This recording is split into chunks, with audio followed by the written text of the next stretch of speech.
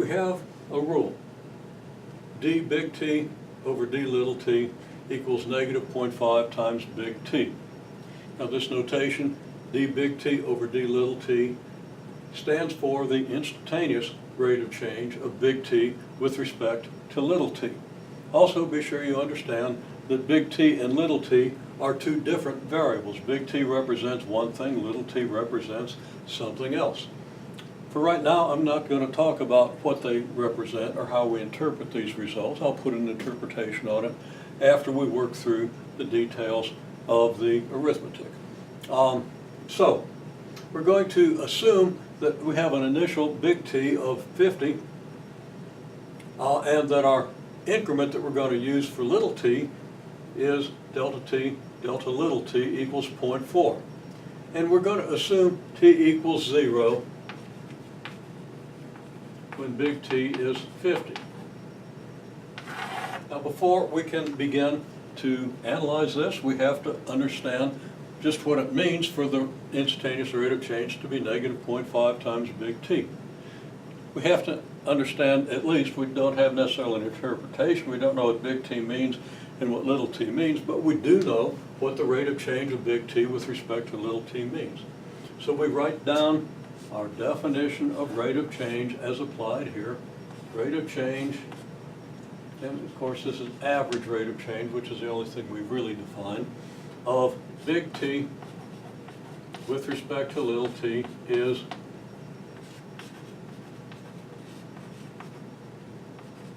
change in big T divided by change in little t, which is then written delta big T over delta little t. So, given the rate of change and either delta big T or delta little t, we could find the other thing, because there are just three things related here. There's rate of change, delta big T, and delta little t. If you know two of those, you can find the third.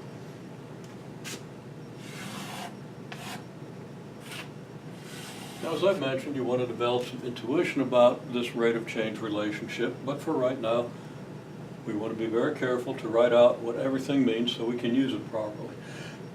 So, if big T equals 50, when t equals 0, what can we determine about the first time increment? Well, what we can do is we can predict the approximate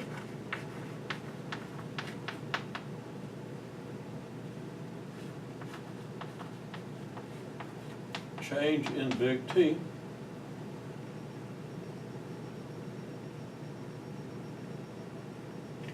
then the new values of big T and little t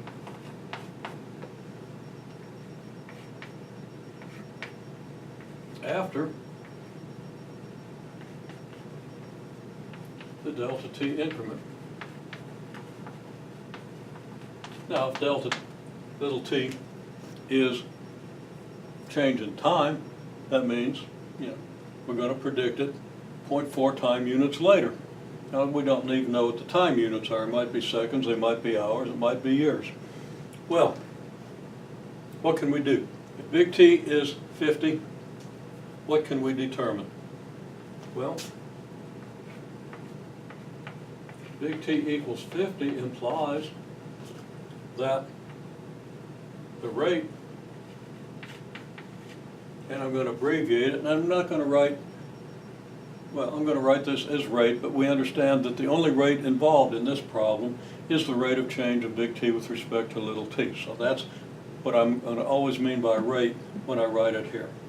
The rate is, of course, d big T over d little t, which equals negative 0.5 times big T, which in this case would be negative 5 times 50, which is negative 25. Now, rate is delta big T over delta little t. We know delta little t, there's no point trying to find it, but that means that delta big T, just multiplying both sides of this equation by delta little t, that delta big T is the rate times delta little t. Well, that's going to be negative 25 times delta little t is 0.4, which is negative 10. Okay, so we've determined that big T changes by negative 10. Now, if big T changes by negative 10, and it was originally 50, changes by negative 10 during this 0.4 increment of little t, then what's the new value of t going to be? It's going to be 50 and negative 10, which is 40. And what's little t going to be? Well, little t was 0. It's gone through an increment of 0.4, so little t is going to be 0.4. So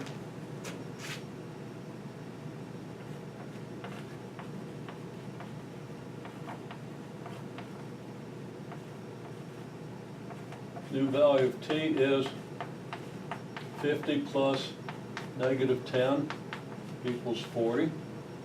And the new value of little t is the original 0 plus the delta t, which is 0.4, which is 0.4.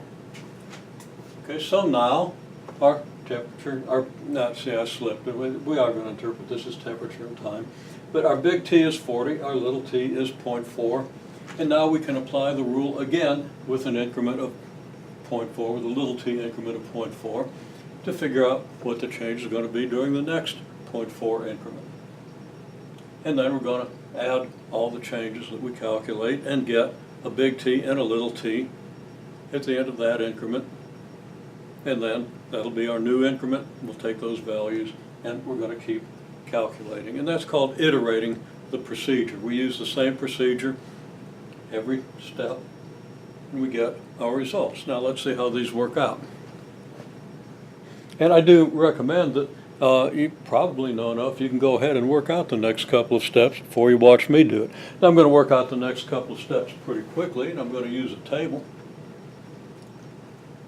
So it would be good if you would work out a couple of steps so you are sure that you understand what I'm doing, and so you can use my results to check yours, or actually use your results to check mine. I'm not always right, remember that.